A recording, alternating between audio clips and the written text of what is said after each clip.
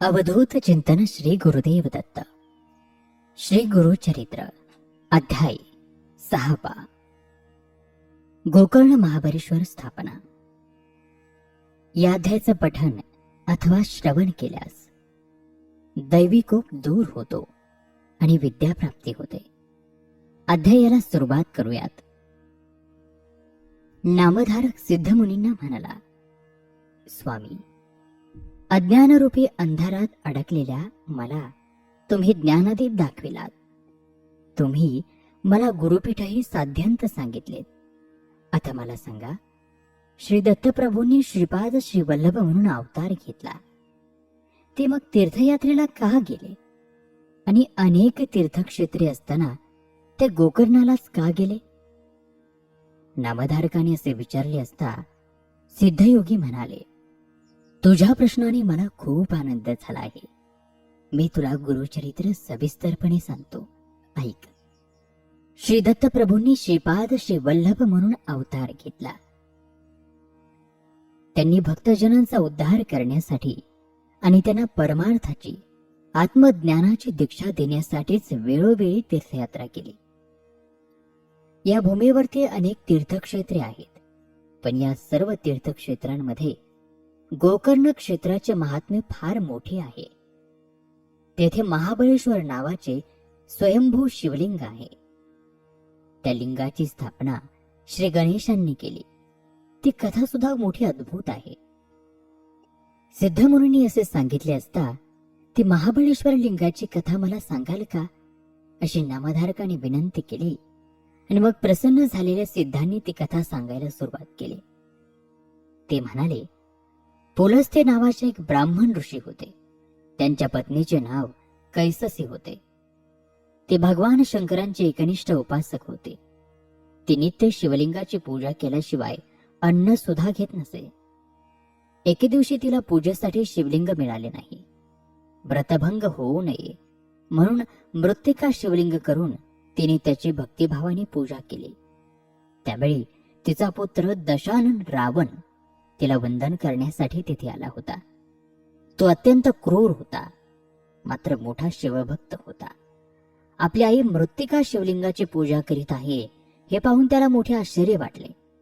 तो म्हणाला, माते, मी तुझा पुत्र असताना तू मृत्तिका शिवलिंगाची पूजा करीत आहेस? हे माझे मोठे दुर्भाग्य म्हणावे लागेल. आणि या असलेल्या शिवलिंगाची पूजा करून तुला काय फळ मिळणार आहे? कैससी म्हणाली, या पूजनाने कैलासाची प्राप्ती होते.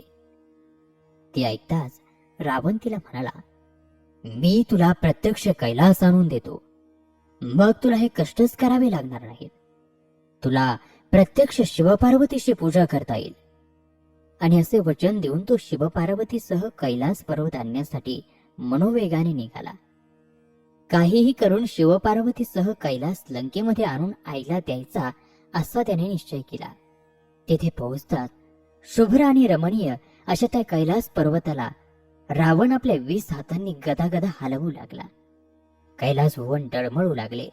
रावण आपली 10 मस्तके पर्वताला लावून आणि 20 हात मांड्यावर ठेवून अत्यंत जोराने पर्वत उचलण्याचा प्रयत्न करू लागला. सप्त पाताळे डळमळू लागली. सप्त स्वर्गांमध्ये हलकल्लोळ माजला. शेषनाग फडा चुकवू लागला. कुर्म भीतीने थरथरू लागले. स्वर्गातील सर्व देव भयभीत झाले. सत्यलोक वैकुंठ लोक डळमळू लागले. आता प्रलय होणार असे सर्वांना वाटू लागले. घाबरलेली पार्वती शंकरांचे पाय धरून म्हणाली, स्वामी, आपल्या कैलासाचे काय होणार? काहीतरी उपाय करा. शिवलोकामध्ये मोठा गोंधळ निर्माण झाला आहे. सगळे शिवगण घाबरले आहेत. आता स्वस्थ बसू नका, काहीतरी इलाज करा. पार्वतीने अशी विनंती केली. तेव्हा भगवान शंकर म्हणाले, देवी, तू कसलीही चिंता करू नकोस. माझा भक्त रावण भक्तीने खेळतो आहे. शंकराने असे सांगितले तरी पार्वतीचे समाधान झाले नाही. मग शंकराने आपल्या डाव्या हाताने शिखरावर दाब दिला. त्यामुळे रावण कैलास पर्वताच्या आणि जमिनीच्या सांध्यात दडपला गेला. त्यामुळे त्याचे प्राण कासावीस झाले. आता जगतो की मरतो असे त्याला झाले. त्याने शिवनामाचा घोष सुरू केला. रावणाने अत्यंत भक्तीने शिवस्तवन करीत, हे पिनाक पाणी महादेवा, मला वाचवा, वाचवा, मी आपल्याला शरण आलो आहे, अशी प्रार्थना केली. त्यावेळी भगवान शंकरांना त्याची दया आली. त्यांनी डाव्या हाताचा भर काढून घेतला आणि रावणाची त्यातून सुटका झाली. आता त्याने शंकरांचे स्तवन सुरू केले. त्यासाठी त्याने आपले एक एक मस्तक छाटले. आपली आतडी तोडून तारेप्रमाणे मस्तकाला जोडून तंतुवाद्य तयार केले आणि त्याच्या साथीने विविध रागांमध्ये शिवस्तुतीपर गायन केले. त्याने सर्वप्रथम सामवेदाचे गायन केले. आपल्या गायनातून नवरसांचे भाव प्रकट केले. इतके कथा सांगून झाल्यावर सिद्धमुनींनी नामधारकाला संपूर्ण संगीतशास्त्र समजावून सांगितले. संगीतातील सप्तस्वर, त्यांची स्थाने, कोल, वंश, त्यांचे स्वरूप आणि स्वभाव इत्यादीची माहिती दिली. त्याप्रमाणे संगीतातील 8 गण कोणते तेही त्यांना सांगितले. त्याप्रमाणे रावणाने रागदारीमध्ये जे गायन केले त्या 36 राग रागिण्यांची नावेही सांगितली. रावणाने 36 रागांमध्ये गायन करून भगवान शंकरांची अत्यंत भक्तीने आराधना केली. तेव्हा भगवान शंकर त्याच्या भक्तीने प्रसन्न झाले. ते पंचवदन आणि दशभूर अशा स्वरूपामध्ये त्याच्या पुढे प्रकट झाले आणि ते म्हणाले, मी तुझ्यावर प्रसन्न झालो आहे. तुला हवा असेल तो वर मागून घे. त्यावरती रावण म्हणाला, महादेव, मला काहीही कमी नाही. प्रत्यक्ष लक्ष्मी माझ्या घरी पाणी भरते. ब्रह्मदेव माझा ज्योतिष आहे. 33 कोटी देव, सूर्य, चंद्र, वरुण, वायू माझी अहोरात्र सेवा करतात. अग्नी माझे कपडे धुतो. यम माझ्या आज्ञेशिवाय कुणालाही मारत नाही. इंद्रजित माझा पुत्र आहे. अत्यंत बलाढ्य असा कुंभकर्ण माझा भाऊ आहे. माझी लंका नगरी समुद्रामध्ये सुरक्षित आहे. माझ्या घरी कामधेनू आहे. मला 6 कोटी वर्ष आयुष्य आहे. त्यामुळे मला माझ्यासाठी काही नको. पण माझी आई तुझी भक्त आहे. ती नित्य नेमाने लिंग पूजा करते. तिला तुझी नित्य पूजा करता यावी म्हणून तुझ्या सकट कैलास पर्वत लंकेला न्यावा या हेतूने मी आलो आहे. परमेश्वरा, माझी एवढी इच्छा पूर्ण करा. भगवान शंकर म्हणाले, तुला कैलास नेण्याची काय गरज? मी माझे प्राणलिंग तुला देतो. हे लिंग म्हणजे माझा प्राण आहे. सर्व मनोरथ पूर्ण करणारे आहे. असे सांगून भगवान शंकरांनी रावणाला आत्मलिंग दिले आणि ते म्हणाले, या लिंगाची जर तू 3 वर्ष पूजा केलीस तर तू माझ्या समान होशील. हे लिंग ज्याच्याजवळ असेल त्याला मृत्यू येणार नाही. याच्या केवळ दर्शनाने सर्व दोष नाहीसे होतील. मात्र तुझ्या लंकानगरी जाईपर्यंत हे लिंग जमिनीवर ठेवू नको. या लिंगाची तू पूजा कर, म्हणजे तू स्वतः ईश्वर होशील. अशा प्रकारे रावणाला आत्मलिंगाचे महात्म्य सांगून ते रावणाच्या हाती दिले. भगवान शंकरांचे आत्मलिंग मिळाल्याने रावणाला अतिशय आनंद झाला. तर ते लिंग घेऊन लंकेकडे निघाला. त्रिकाल ज्ञानी त्रिलोक्य संचारी नारद मुनींना हे समजताच ते धावतच अमरावतीत इंद्राकडे गेल्याने म्हणाले, देवराज, घात झाला. आता सगळे संपले. असे स्वस्थ का बसले आहात? अहो भोलेनाथ शंकरांनी रावणाला आत्मलिंग दिले. या आत्मलिंगाची 3 वर्ष पूजा केली तर तूच ईश्वर होशील. तुझी लंका कैलास होईल. तुला कधी मृत्यू येणार नाही असाही वर त्या रावणाला दिला. आता तो रावण अमर होईल. आता त्याच्या तावडीतून कोणीही सुटणार नाही. आता तुमचे वैभव गेले म्हणून समजा.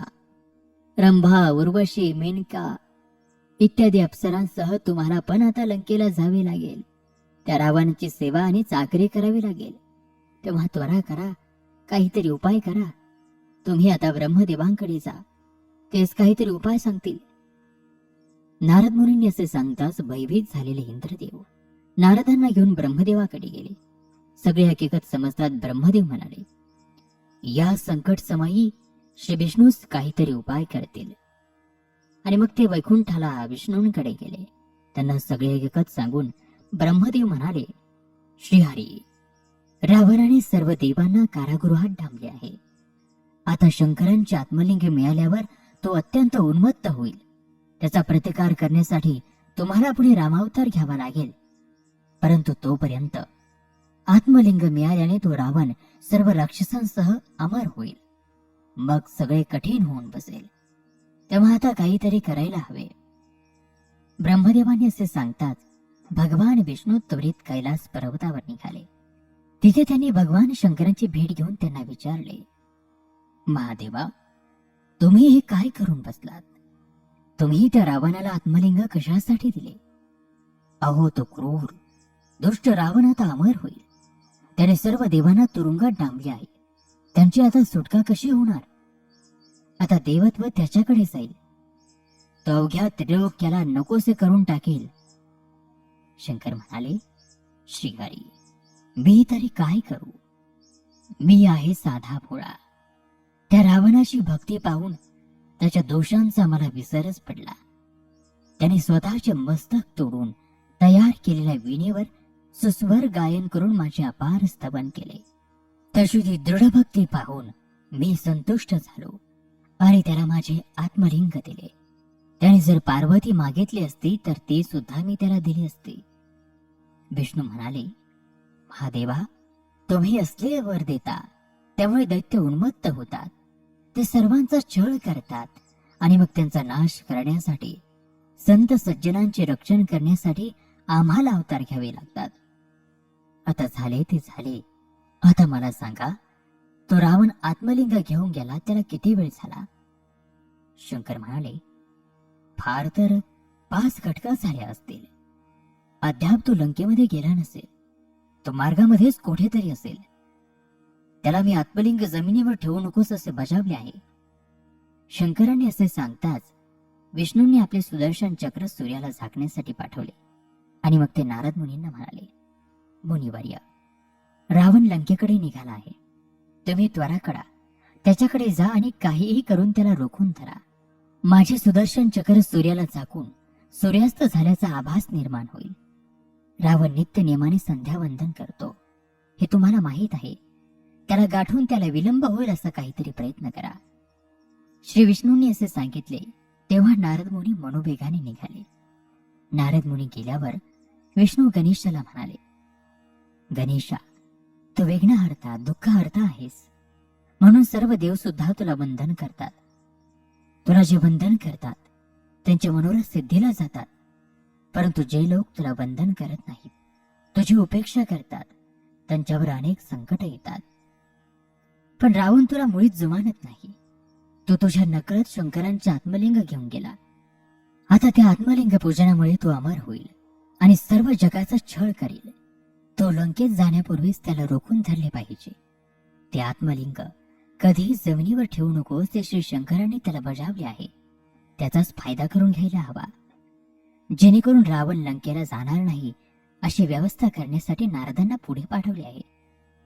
आता तू बालब्रह्मचार्याचे रूप धारण कर, रावणाकडे जा आणि त्याचा विश्वास संपादन करून ते आत्मलिंग मिळव आणि ते जमिनीवर ठेव. असे केल्यास ते लिंग तेथे कायम राहील. अशा प्रकारे विष्णूंनी गणेशाला सहाय्य करायला सांगितले. श्री गणेशाने ते मान्य केले. त्यांनी बालब्रह्मचार्याचे रूप धारण केले. भगवान विष्णूंनी त्याला शिदोरी म्हणून गूळ, खोबरे, साखर, लाडू, डाळिंबे इत्यादी पदार्थ दिले. मग गणराज ते पदार्थ खात खात रावणाकडे निघाले. नारद मुनी अगोदरच रावणाकडे गेले होते. त्यांनी रावणाला गाठून विचारले, रावणा, कोठून आलास? रावण म्हणाला, मी कैलासावर गेलो होतो. तेथे मी कठोर तप केले. त्यामुळे प्रसन्न झालेल्या भगवान शिवांनी मला त्यांचे आत्मलिंग दिले. या आत्मलिंगाचे महात्म्य फार मोठे आहे असे त्यांनी सांगितले. नारद मुनी म्हणाले, रावणा, तू खरोखर मोठा भाग्यवान आहेस, म्हणूनच तुला हे आत्मलिंग दिले. मला त्या लिंगाची बरीच माहिती आहे. मला ते दाखव, म्हणजे ते शंकरांचेच आत्मलिंग आहे का अशी माझी खात्री पटेल. नारदांच्या बोलण्यावर रावणाचा विश्वास नव्हता. त्याने ते आत्मलिंग दुरूनच दाखवले. ते लिंग पाहून नारद मुनी म्हणाले, लंकेशा, हेच ते आत्मलिंग. मला त्याचे महात्म्य चांगलेच माहीत आहे. मी तुला ते सांगतो. तो अगदी शांत बसून मी सांगतो ते लक्षपूर्वक ऐक. मी तुला या लिंगाची उत्पत्ती कशी झाली ते सांगतो. कालाग्नीसारखा एक महाकाय पशु होता. त्या पशुला 3 शिंगे होती. एकदा ब्रह्मा, विष्णू आणि महेश शिकारीसाठी गेले. त्यांनी त्या पशुची शिकार केली. त्यांनी त्या पशुची 3 शिंगे काढली. त्या प्रत्येक शिंगाखाली एक एक प्राणलिंग होते. ते 3ही लिंगे त्या प्रत्येक तिघांनी घेतली. तू जे आत्मलिंग दाखवतोस तेच शंकरांना मिळाले होते. जो या लिंगाची 3 वर्ष पूजा करेल तो स्वतः ईश्वर होईल, तो वरदाता होईल. हे लिंग ज्या स्थानी असेल ते स्थान कैलास होईल. या लिंगाचे आणखीही मोठे महात्म्य आहे. नारदांनी वेळ काढण्यासाठी आणखी काही सांगायला सुरुवात केली. तेव्हा रावण म्हणाला, पुरे पुरे, मला आता लवकर लंकेत गेले पाहिजे. असे बोलून तो जाऊ लागला. तेव्हा नारद म्हणाले, अरे सूर्यास्त होण्याची वेळ झाली आहे. तू 4 वेदांचे अध्ययन केले आहेस.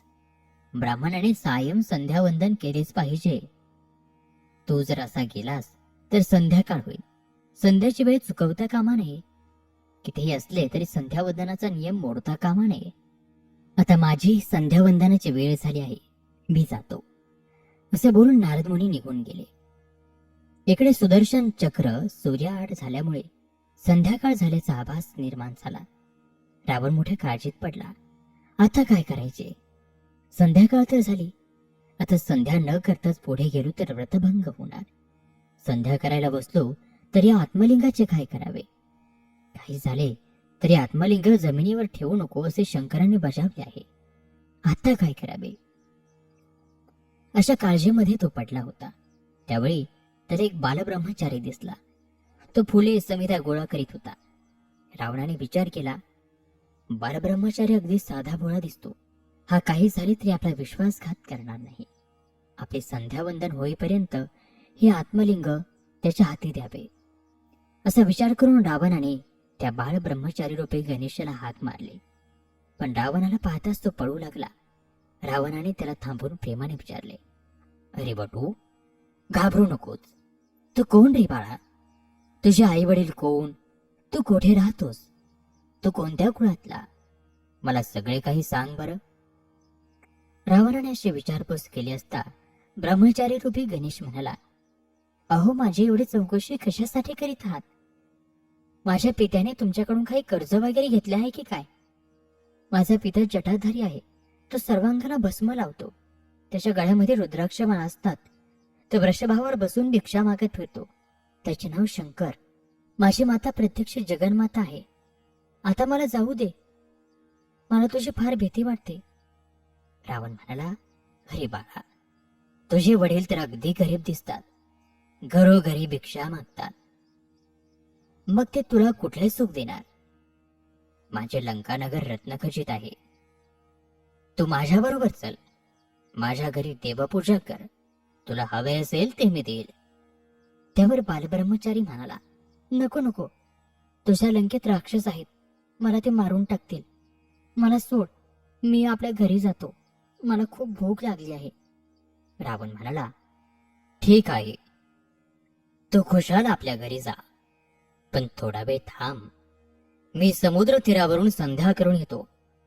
तोपर्यंत हे लिंग हातामध्ये धरून ठेव. पण काहीही झाले तरी जमिनीवर ठेवू नकोस. त्यावर बालब्रह्मचारी म्हणाला, अहो, मला का त्रास देत आहात? मी लहान आहे. तुमचे लिंग जड असेल. मला ते कसे धरता येईल? रावणाने त्याला बरोबरीने समजावले आणि लिंग हातामध्ये धरून ठेवायला तयार केले. रावण त्या बालब्रह्मचारी रूपे गणेशाच्या हाती लिंग देऊन समुद्राच्या काठावर संध्येला बसला. तेव्हा तो बालब्रह्मचारी म्हणाला, ठीक आहे, मी तुम्हाला 3 हाका मारीन.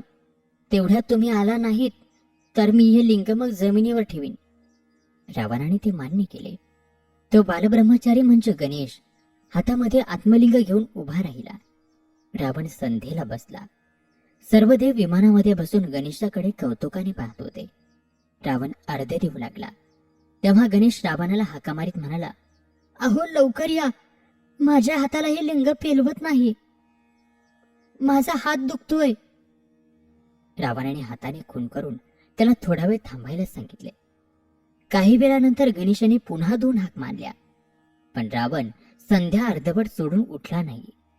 आता अट पूर्ण झाली. मग गणेशाने भगवान विष्णूंचे स्मरण करून आणि सर्व देवांना साक्षी ठेवून ते आत्मलिंग जमिनीवर ठेवले. सर्व देवांना अतिशय आनंद झाला. त्यांनी आकाशातून गणेशावर पुष्पवृष्टी केली. अर्धे देऊन रावण वेगाने परत आला.